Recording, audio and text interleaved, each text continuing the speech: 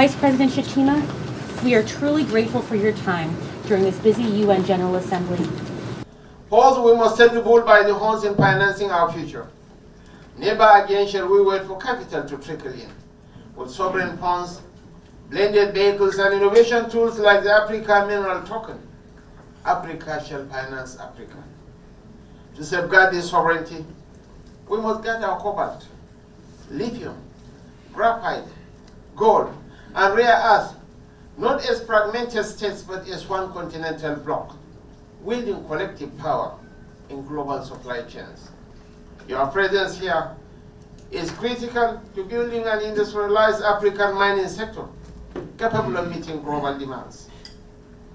Your Excellencies, distinguished ladies and gentlemen, the promise of this roundtable must go beyond the glamour of New York City.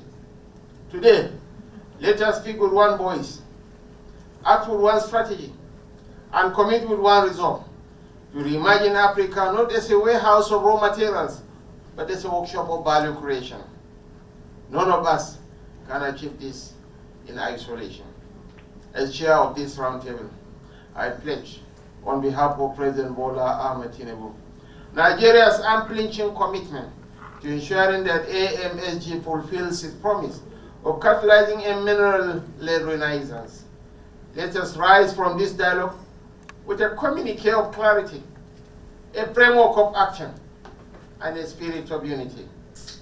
On this note, with profound optimism, I declare this second AMSG High-Table Roundtable on critical mineral development in Africa open. May our deliberations be fruitful, our resolve unbreakable, and our destiny secure. Critical minerals, strategic minerals, or whatever we call it today, Excellencies, it's really not just about commodities. It's not a commodity. It's the lifeblood of the 21st century economy. And there is a second scramble for Africa. And it is in the zone of Africa's minerals. But it's no longer about, it's not the colonial era scramble, which was about taking territory. It is happening through economic diplomacy, commercial diplomacy as they call it, through military influence, and this is dangerous, even more dangerous than occupation. But it's also happening in the non-state world. We have violent extremism that is powered by these minerals, in some cases in ungoverned spaces, where rebels and extremist groups have taken over. And there's a market for it, even though it's so illegitimately obtained. Why? I think these are geopolitical questions. We have a battle in the geopolitical arena right now for Africa and around these resources. We know the countries that are involved. But as my sister here was saying, where is the control? I believe today, because we have independent African countries, the control is in Africa. It's in the area of governance. And what you have started in the roundtable, I think, is the first step. It's saying this should not happen country by country in isolation, as His Excellency the Vice President was saying. You need to come as a bloc to tackle this issue because it's big. You know, we're talking about countries today that are doubling, tripling, quadrupling their defense budgets. What is under production is arms, because there is a sense of insecurity in our world where countries are rearming.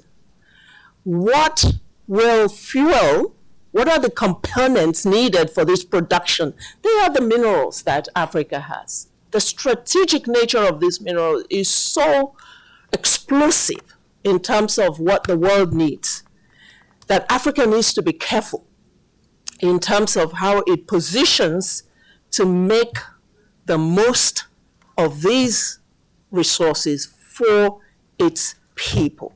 Invest in key infrastructure, but also improve the enabling environment with actions on vocational education and training, capacity building, etc. So our partner countries can move up the value chain. For instance, we are investing in developing the Lobito Economic Corridor, linking the port of Lobito in Angola to the copper belt in DRC and Zambia with over 1,800 kilometers of the railway. By linking mines, industrial centers and export hubs, it has the potential to become a major economic artery in Southern Africa and to create a true regional value chain for CRM.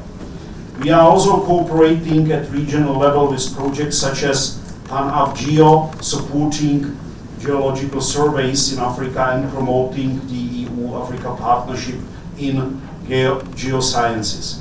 And there are many opportunities for increased cooperation between the EU and Africa, especially as we engage with our private sector to bring sustainable investments on the ground.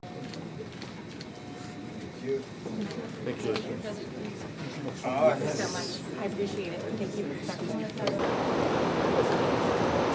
you.